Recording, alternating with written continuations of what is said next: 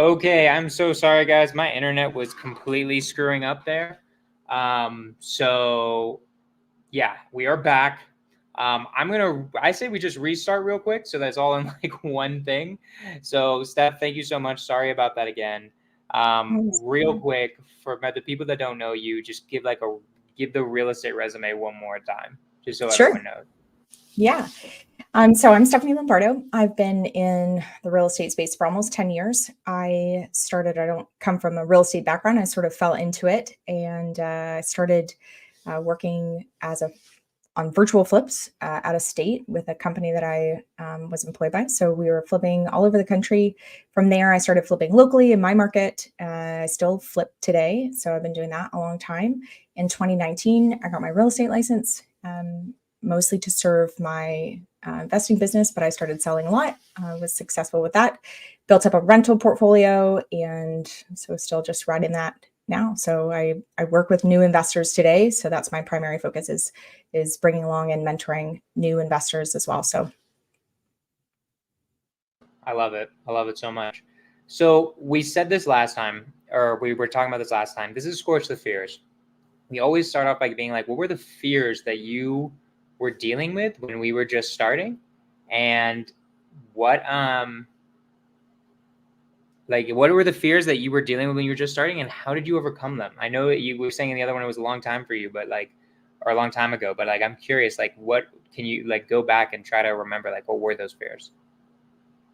sure. So I think, of course, the biggest fears I had was I didn't have any experience in real estate. Like I didn't have a real estate background. I didn't come from real estate, as I just said. So, um, do I have enough? Like, am I able to do this? Am I even competent enough to do this? Is this going to go well? Like, am I going to lose money? Like, what are all of the things? And there's a million things that could go wrong. And so, those would all run through my head. Am I good enough? Like, I don't have any, like what's going to happen if I can't sell this house, especially with flips? How am I going to manage this project from afar? So I think those were, all of those little fears, but I think the biggest ones starting were just, is this possible? Like, how can I, Stephanie, do this thing that I've never done before? And it seemed huge and daunting. So I think those were my biggest fears. And then how did I overcome them? And I think it was just taking action. So I did have more experienced investors that I was working with at the time. So they sort of guided me and I, trusted their experience. I took action, a lot of action. And I think that's the biggest way to get through fear and to gain some clarity if it's going to work and how it's going to work and learn from those lessons.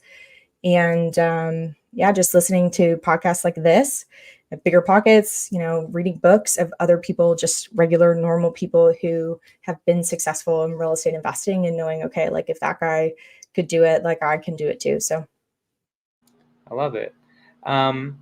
So what were the podcasts? So Bigger Pockets, who were you listening to specifically, and what were they saying that helped you right at the very beginning? I think it was mostly Bigger Pockets would have been the real estate focused one.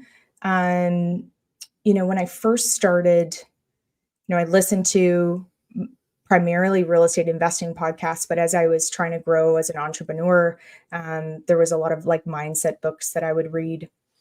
So maybe not just podcasts, but audiobooks and stuff. Anything, of course, put out by Bigger Pockets would have been one. Like Girl Wash Your Face is a book, non-real estate related, but some of those personal development books of just overcoming some mindset and taking action. All of the successful people that I had listened to, they all most of them started with nothing and just took action and just kept grinding until they made it. So I was like, okay, if they can do it, I can grind. So I love it. I love it so much. So let's talk real quick about just your story then. When you were just starting out, what was your strategy? What was the first thing you did? How long were you in the learning phase versus the doing phase? Tell us a little bit about the beginnings of your journey. Yeah, so I'm still in the learning phase, I think. So first starting, so I fell into it. So I grew up riding horses. That was what I wanted to do. I'm originally from Canada, and I moved down to the States to ride horses. I wanted to be a professional rider, and I wasn't good enough to do it. I eventually went back to school and I studied accounting. Also would have been a terrible accountant, but very good for business. And so I fell into it through a bookkeeping job, and I started doing books for a construction company.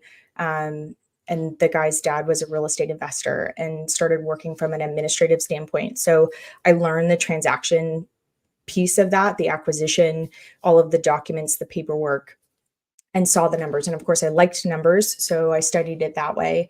And then from there, it just evolved. Like worked primarily in an acquisitions role, acquisitions and disposition of all of these flips, and then led into project management. So I sort of I assisted for a while, but probably less than a year, I think, of being into it before I went and got my first flip on my own. Again, with numbers. Deal analysis, I enjoyed that. I liked running the numbers and seeing the potential. So probably as soon as I learned how to do that, I started running numbers. And of course, that's what everybody would tell you to do, and still tells you to do today if you want to get started. And so I was doing those flips with the company I was working with my mentors, and then started flipping locally. So I guess I got into action pretty quickly in that regard. And I had a partner when I first started as well, who had some more experience than me, and then started flipping on my own too. So yeah, I think I like jumped in, and I knew, I think within a couple of months of doing this, I like started part-time. I just knew that this was what I was going to do, because I saw the potential. I was like, this, like real estate's, is the 90% of millionaires achieve it through real estate. So I was like, okay, this is it. So I went all in, learned everything I could, did as much as I could. I love it. So did you, if you don't mind me asking, like, you were telling me that you had your daughter, we were talking about that a little bit before the podcast started. Did you have her when you were starting in real estate? No, no, she's just 2.5. And Okay. when I started, I think I was married to my first husband still when I started, but I did not have my daughter. And so that was easy, like not having a kid, with the time commitment for starting and trying to scale up your business. It was just all work. And then, but yeah, she shifted my business a lot. Were you pretty young when you started? I would have been in my late 20s, 27, 28. I started when I was 25, and I feel like that makes such a huge difference. I feel like it's so much easier in your 20s than like I help people get into it now, right? And I Yep. feel like a lot of them, what I have to do is, it's like, okay, we're in, like, you have a family. I have no clue what it's like to have a son and have to deal with that stress on top of also making money, right? I just have to take care of myself, right? Yeah. So yeah, like, I don't know. It's just something, at least personally for me, I found was so nice that I started young. How has it changed as you've gotten older, have a family? Like, do the pressures feel different? Does it change the game at all when you have a kid, or have more responsibilities than you had before? How does that affect everything? Yeah, for sure. I think, and sometimes I think, like, I listen to like Alex Ramosi or someone, and I'm like, shoot, like I got into this stuff kind of late, but I guess not when you say it like that. But just starting when you're single, or I was married, but we didn't have kids, and we lived a very modest lifestyle. I mean, I was just trying to make, like 50 or 60 grand a year. Like I wasn't trying to make a crap ton of money when I first started. And so it's a little bit easier for you to be scrappy, and I think you can be a little bit riskier when you're young, because there's not, your kids aren't relying on you to be fed. Like at the time, I guess we did have a mortgage, but like our lifestyle was very modest. So it was easy for me to justify some of the risks in starting a new business. And of course, I started with flipping, so it wasn't as consistent at the beginning. I mean, I would flip a house and then I'd flip another one. It wasn't like I had a W-2 job. So I think that was easier. I also work with newer investors, and I work with some people who are young, and I work with some who are used to that consistent paycheck. And so either it's that lifestyle consistency, or having the family be dependent on you. And, for me, as I went through, I started to scale up my investing business. When I got licensed, I scaled up that real estate, my real estate agent business and built a team. And my now husband and I built up a rental portfolio. And so we hustled, like we knew we wanted to have kids, but we hustled for years.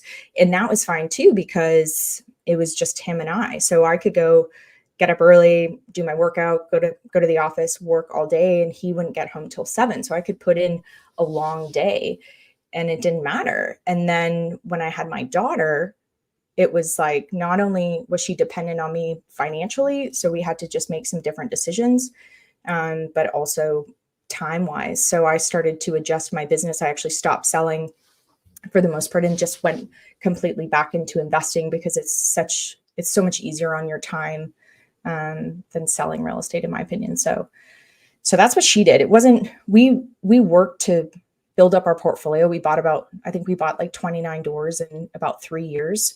So that gave us a really good foundation. And I had her kind of in the middle of that, but that gave us a really good foundation for our family. My husband left his job a year and a half ago, and, she's 2.5. So she was about a year, 6 months or so.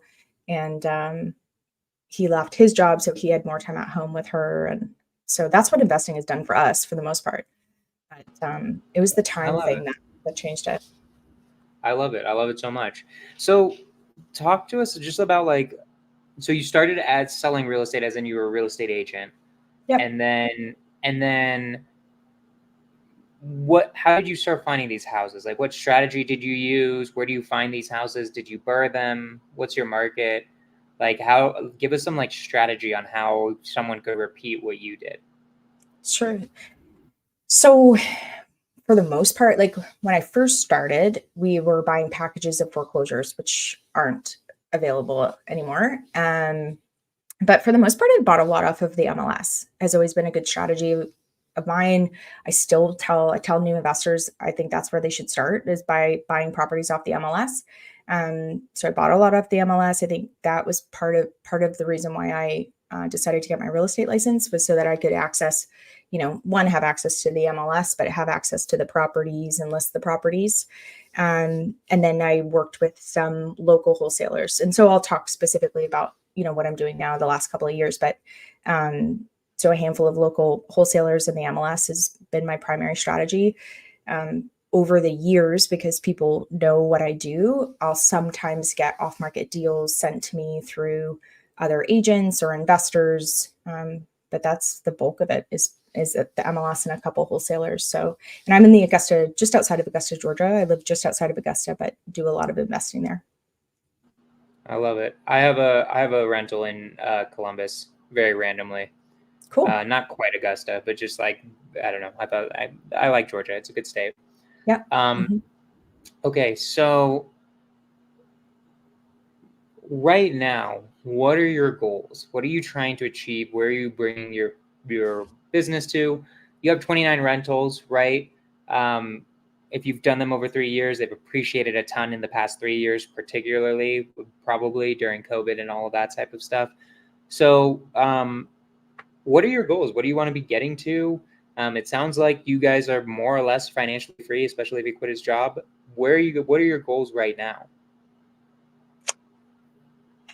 So it depends on when you ask me. I would like to acquire some larger portfolios. That's just one of my personal goals. To an apartment building, some more units in one package versus single family. We're still flip a few houses at a time and still burring. So I'd like to scale my portfolio, but again, through a larger acquisition. Some bigger dreams are some development stuff. I am building this online. I have this coaching business as well. So that's been my primary focus for the last year.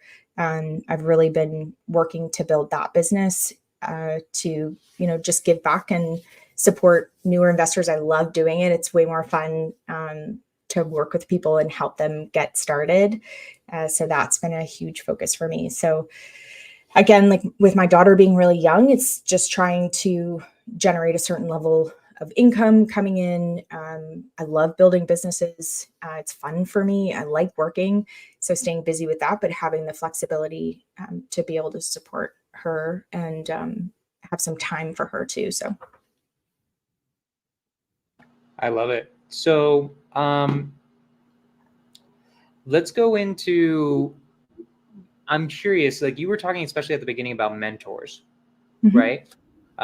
Who were your mentors? Did you ever get like a specific mentor? How did you find that mentor? I feel like that's something that a lot of newer people really want to know, is like, how do I find someone who will teach me how to do this? Because like, it's so much easier with a teacher, right? I personally paid for one. I joined a course called Astro Flipping and Sub 2, and I joined these mentorships, right? But did you pay for a mentorship? Did you find a mentor, or did you just go cold turkey? How did you do it? So I was employed by, I started doing some bookkeeping for a real estate investor. And so worked with him for a few years there. So he taught me a lot, and, we partnered together on some deals. So it's kind of like a joint venture situation. So I found the deals, I managed the projects, I did everything, I did all of the work, and he sort of advised me and brought the capital, was sort of how that relationship was. And then from there, I kind of went off on my own and did it myself. When I started, there weren't as many programs. Like I feel like there's a lot of programs now. There weren't as many programs, or I wasn't aware of them. So I didn't know to join. And of course, there were communities and stuff, like Bigger Pockets was around. But there weren't as many communities or online mentors that you could connect with when I first started, or I wasn't aware of them. So having somebody local, I think that's a great way. If you're looking for a mentor, I think certainly a community would work. An online coaching business, a course, anything like that, whatever works best for you. And then if you can find somebody local, like if you really don't have any money and you don't have any way of raising money, like partnering with an investor who's willing to work with you and can put up some capital so you can, learn at the same time. I think that's a good way to get started. So how do you find someone you can work with the capital? Is it meetups? Like, how do you find these investors? How do you trust them? Because some people will screw you over, right? Like, how do you vet people? So I would go to a local real estate investing group is how I would start. You could go through referrals, and I believe in having strong relationships with real estate agents as well. So if I wanted to get started, and I tell everybody who I work with, regardless of what market they're going to, is to find their real estate agent first as a support person. And so they may be able to connect you with someone else. Like they may have an investor client. So ideally, like if you can go through a referral process would be good. Again, like online forums that are local to your area, local like in-person meetups. And then again, there's like tons of paid communities now. I mean, we've just transitioned to that over the last probably 4 years. I think that's, gotten very popular. So I think going into some of these groups and being able to connect and partner. Like for example, even in my group, I had some more experienced investors that I was working with, and I had a brand new investor who was just starting, and they connected, and while they're all in my community, they're working a little bit closer together on that. So I think that's a way to get connected with someone. And then how to vet them. I mean, again, if you can go through a referral process, you can look them up online, but at some point it's just, getting to know someone, having conversations and trusting your gut with, how the vibes you get from that person. I think as far as protecting yourself, I would be very careful with entering into like an LLC with somebody. I'd be very cautious about that. Like from a legal standpoint, how you're partnering with someone.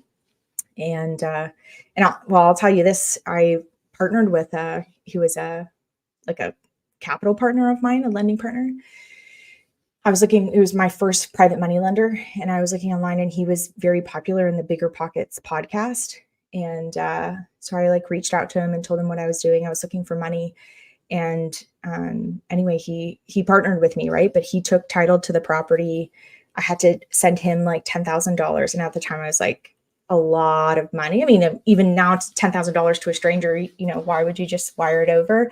But I did it. It was like, if this guy screws me over, like it's going to be so stupid.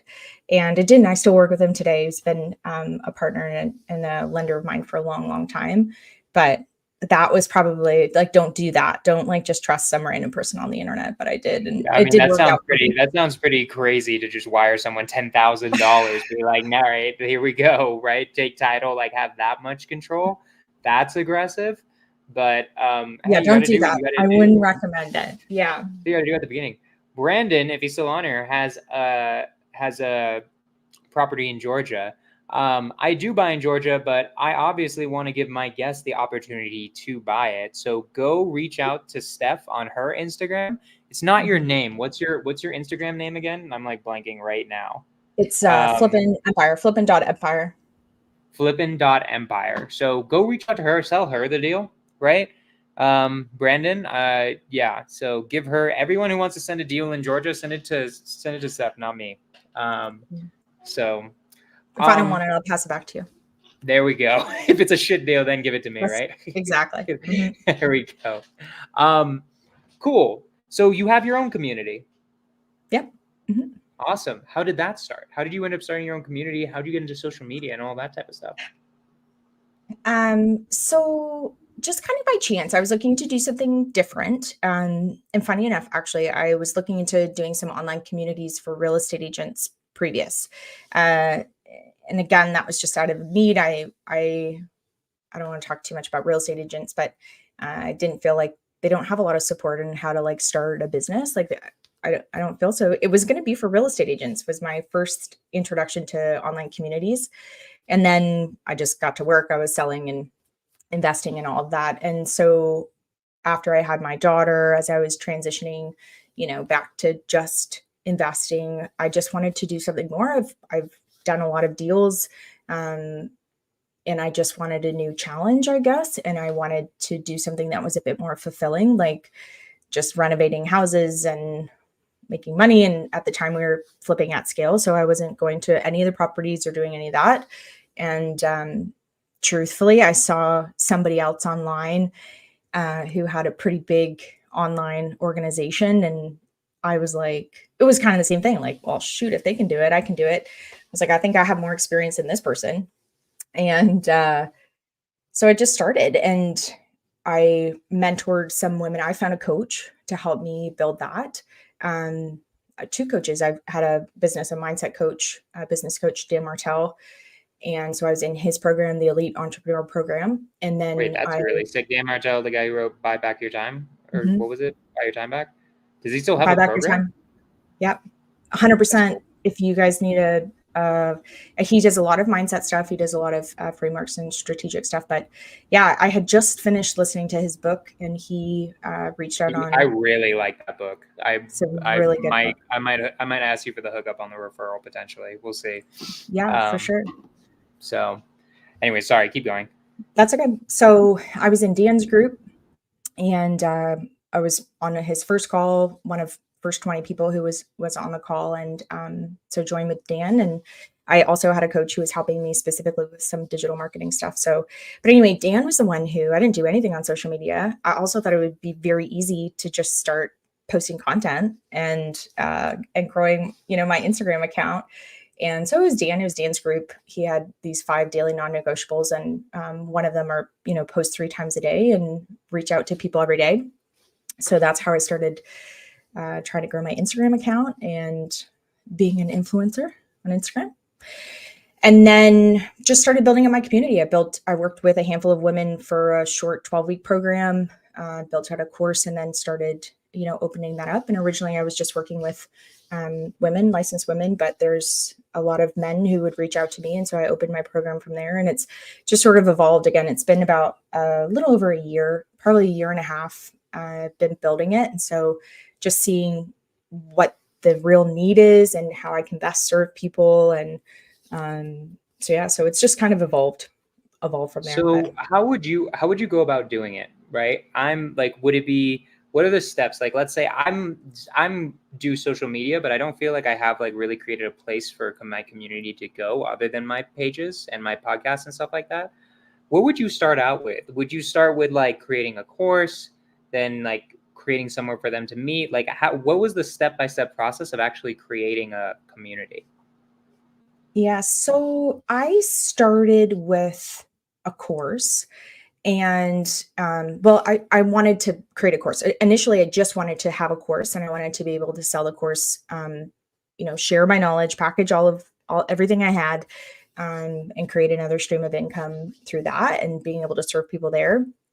But as I did it, and I built the course over a 12-week period and mentored people on a weekly basis, I really loved that. Like, I love getting on calls. I love talking with people and really being involved in their business. So initially I was going to do a course, and awesome. Thanks, Brandon. And then, That's the deal. yeah, I'll let you know. We'll do a deal or no deal live, see if it's good.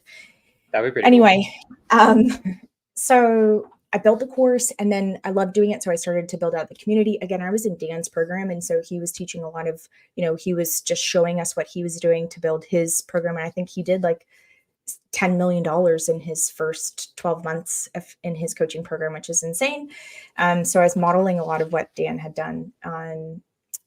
And if you were to just start, I would like, if I were to go back and start over again, I'm only, a year or so into this, I would definitely have a community or a container, to have conversations with people. So I think the challenge with social media or even a podcast, like, even though this is live and interactive, you're still kind of an authority projecting out to people. So I think building a community to be able to really talk and understand how you can best serve people, if that's what you want to do. So I recently opened my membership on School. And I think that's the way to go, especially if you enjoy, like, if you want to have a community and or be a part of a community, I think that's the way to go, because everybody on that platform is sort of in that same mindset. Like, I like being in memberships. I like being in coaching programs. I like collaborating with people who are doing the same thing as me. So that's what I would do. And even if it's just, you could do a free Facebook group, but, I think Facebook has a bit too much control over even inside of your group. So that's what I would do. I'd start a School group and see what people need, and just share and mentor and give value from there. And then you can, better understand how you can add value to them. And that could be through a course or through coaching. And again, it's what works best for you.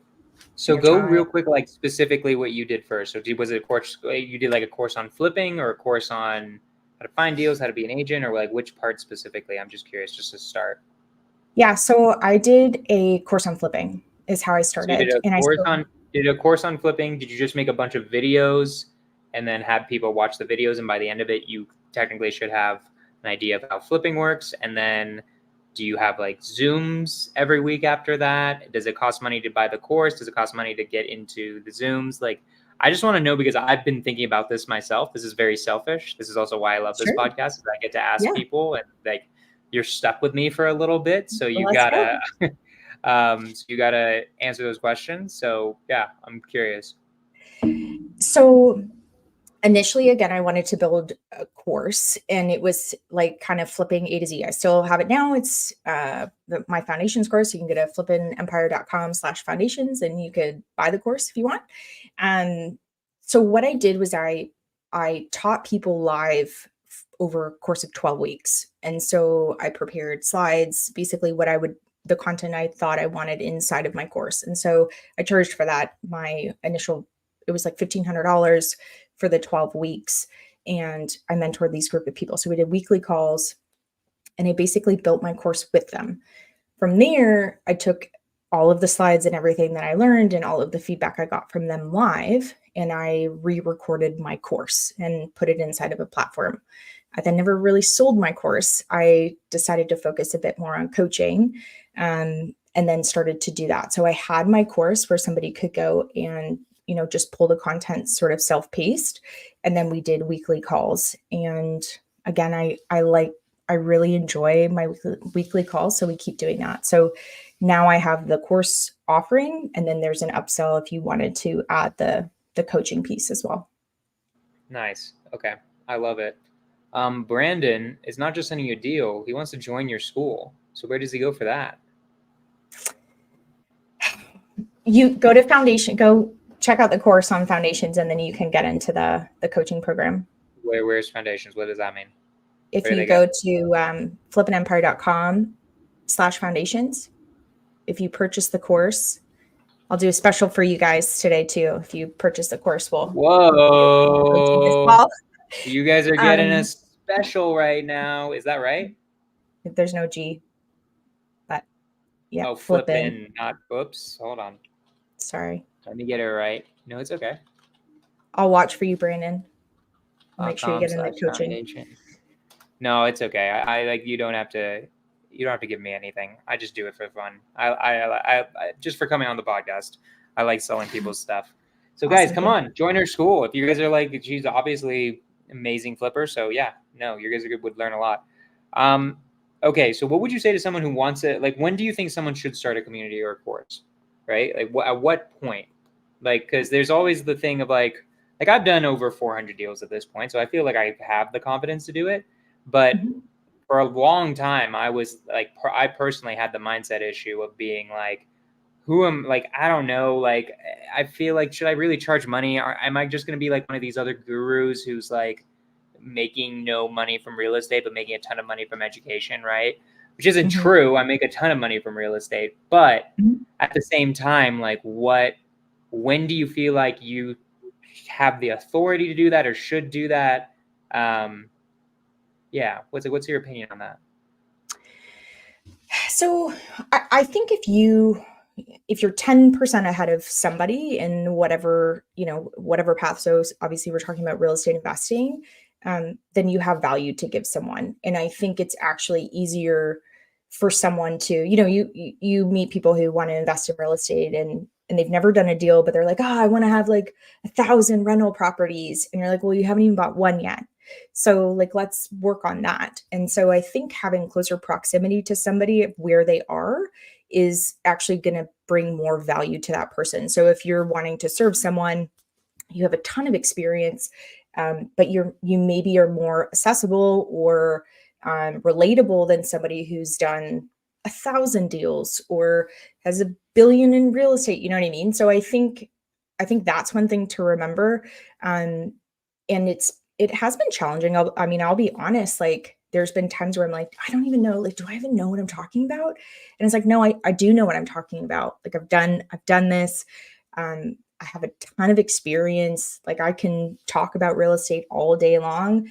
And so there is a bit of, I think, imposter syndrome and just remembering like owning your own story, not trying to, be somebody you're not trying to like become a guru. Like I think I have on my page that I'm the anti-guru because that's not who I want to be. That's not the role or the position I want to take. Like I'm still investing and I want to come alongside you to help build you up. And that's not what a guru does to me. So I think just owning your own story or your own experience and just knowing you can help the one person who's just behind you.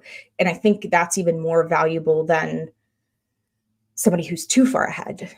So if you're interested in supporting people and building a community, like start now, like start yesterday and just start to bring people together, because if you can connect with them and really talk to them and understand what they need is going to be a lot easier than just opening. Like I thought it was going to be way easier than it is, and versus just like opening your doors and like, okay, everyone come on in, and nobody knew you're having a party. So, starting sooner and just getting on the ground floor and being able to support people that way.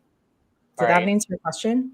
So it did. Brendan is making me feel like I need to do this because people have been asking. I mean, like I literally had the other day someone who came up to me and was like, Jonah, I want to pay you money to mentor me. And I'm like, okay, well, I feel like now I should do that then. I feel like I should create a community if I'm getting these requests at this point.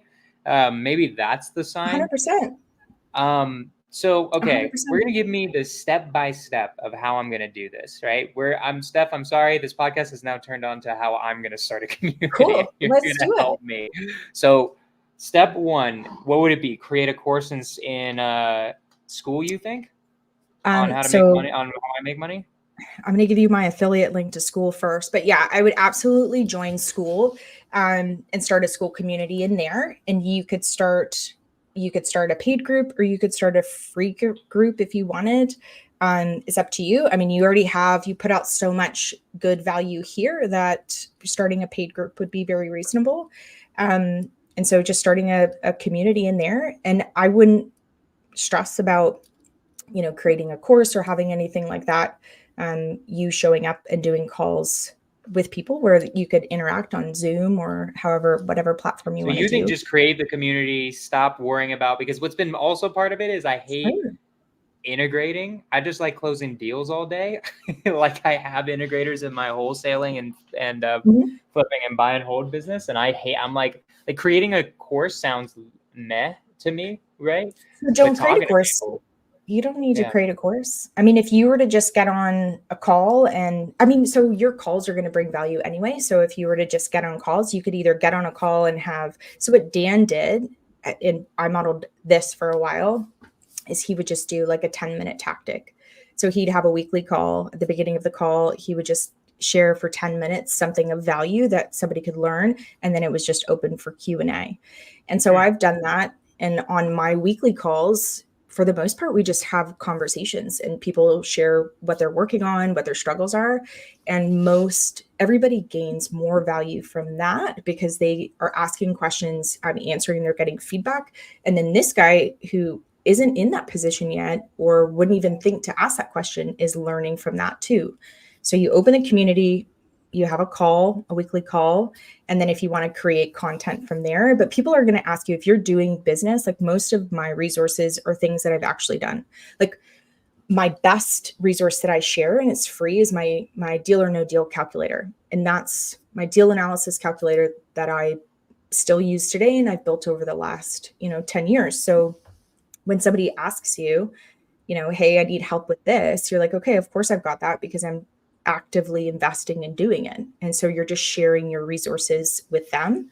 And then if you want to, you can join the school games and you can participate in that as well and have So the I've seen Alex opportunity. Hormozy talking about that a ton. What is that? We can promote his stuff real quick because I Yeah, keep seeing it on Instagram, but I'm like, what is this? for sure. So obviously he's back to school, and so what he started back in February is he started the school games, and it's just whatever community generates the most new monthly reoccurring revenue in a month, and so the top 10 then get to go and spend a one day have a one day event with Hermosi in Vegas. So one of the women that I'm working with now to build my membership she was second in the school games in February with an $8 membership. So that's the school games, and he gives a ton of value in there. Alex Hermosi himself, he does a weekly call answering questions. He talks about how to build communities, and so it's the same thing. It's community builders inside of a community who are helping each other grow. And I've had some people contact me for my program just because they're in school or they like Alex Hermosi, and so they're in that space. So it's a good So way to literally check. just start a school community and then just promote it and get it. That sounds easy as enough. That doesn't sound hard at Just all. No, I think you'd be just fine. I mean, you just come on here, and if somebody has more questions, then how do I connect with you further? And you All right. Well, I'm going to your definitely explore that. So yeah. what do you do for your community though? So we start there, right? Just weekly Zooms or weekly school game Zooms, right? We just have people join. It's paid. I'm going to make it a monthly fee, right? Mhm. And then what after that, what do you then would it be make a course or how do I make the community better? Or what have you done to make the community better after that? So I just built. So currently I have two memberships. And I did create some core content so both of them kind of have core content, right? So there's some self-paced stuff that people could go through. So you could just open the community first, understand what people need, and then either you can create a course or your replays are the content. But it is nice to have something that's packaged for people to go back and refer to, because you're going to get the same questions, right? Not only is it good for your students to, hear the same thing over and over, but somebody's going to come and ask the same thing. The cool thing with school is the search feature is pretty good, so they can look up some old posts. So that's been good. Having the core content, I think, is helpful. Having the resources is helpful, but it's the same thing. If somebody asks you a question, like I had somebody who said, "Oh, I need, I'm trying to find my market." Well, I have a list of 20 markets that are good, and so you can post that resource. Community engagement is good. So you posting and then having other people post and share in there. The other nice thing about school is it actually has a leaderboard inside of your community. So if Brandon is very active in there, he earns points. He's on his own leaderboard inside of your community, and he can be rewarded by like a one-on-one with you, etc. I also have like a VIP option within mine. So again, somebody recently joined, they came to the group calls and they are like, okay, I just want a little bit more time with Stephanie to get me going. And so then there's a different option there. Somebody wants some one-on-one stuff. And then one thing I do is video feedback. So if somebody puts a deal in or has a question, I can give them kind of one-on-one feedback with a quick 5-minute video, which has been very helpful. Okay. All right, you've convinced me. I'm doing that not this weekend because I got stuff going on, but I'm like that sounds way easier than. Well, okay, so what are the challenges? Wait, you made that sound super easy. What would be your challenges to do this? It's like, how do I start investing in real estate? Well, you just find a deal and buy it and then fix it and sell it, The challenges for me have been, well, one, I started with nothing. So I didn't have I had 500 people on my Instagram who were local friends and people I went to high school with. So that has been my biggest challenge. So you'll be fine in that regard. And then being consistent. One place that I haven't done well at is just being consistent in what I'm offering, which is allowing that offer to grow. It's been a variation of it, but so that's what I would do. I'd go in on school, say, this is my program, this is what I'm going to do, and then go from there. And that's what Dan always said. He used simple scales. So have one offer.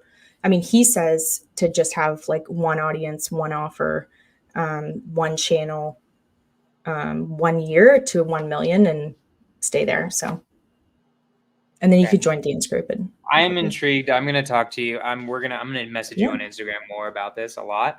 Happy to help. Steph, real quick. So, let's see what people are saying. So, voice everyone's voice. I'm going to start that. You need bro for real. All right, Brandon, you're helping me. I need to know someone's going to join it. True. How do you deal with that? How do you deal with people who are the right energy or aren't the right people for the community? I think if you're authentic I think if you show up authentic online or however you're promoting your community, I think people will get your vibe. So I think that's where, if you're trying to be that guru or do something else, you're going to get the wrong people. So I think that's one thing. And I mean, I haven't had to kick anybody out. But you know what, at some point you could simply say I don't know if this is a good fit for you. I mean, okay. But most of the time, if they don't get that vibe, people will leave anyway if it's not their space. Gotcha. Cool. Okay, we'll go back to you because we got to end this. I think. So you can go build your community. Yeah, I'm going to go do that right now, right? Cool. So, yeah. Real quick, if you could go back to yourself right when you were just starting, what would you tell yourself then, knowing everything you know now? What would I tell myself then? I guess I would tell myself bless you. I hate to say that it's all going to work out. I think I'd tell myself to to just trust myself more. Like, I think I would. Wow. That's a wild Yeah. answer. To Okay, trust explain. myself more? Oh, I thought you said stress yourself more. No. I was Well, like, wow, I've never heard that one before. no, to trust myself more. So I think to go bigger earlier, I think I would do that. Yeah, and then it's all going to work out, and time just continues to pass. So for me, like, I always want everything yesterday, and I always, like, I want to do everything really quickly, and I want, everything right away before that opportunity slips, maybe. But I don't think that's the case. Like, I don't know that I would have thought I'd still be doing this now, um, or have a community about it, or sitting here and talking to you about it. So yeah, I think just trust and kind of like go big, just go in and just enjoy it. I love it. I love it so much. Well, so everyone go to flippinempire.com/foundations. Spend all of your money on her community first, because she's obviously got the experience of building a community. I'm going to be a newbie at it, but it's going to be great. Definitely go there, join her community. Find her on Instagram. Say your Instagram one more time. Flippin' Empire. It's flippin.empire, flippin.empire. Steph, is there anything else you want people to go to, or anything I should take my audience to? No, I'll give you a link to my calculator as well, so you can share it in the notes later. I'll share everything I can with school with you offline later too. Appreciate it. Yeah, that's it. So Instagram, if you follow me on Instagram and DM me, I'll be the one answering you. So awesome. Steph, you're amazing. Any last words? No, thanks for having me. Are you on YouTube?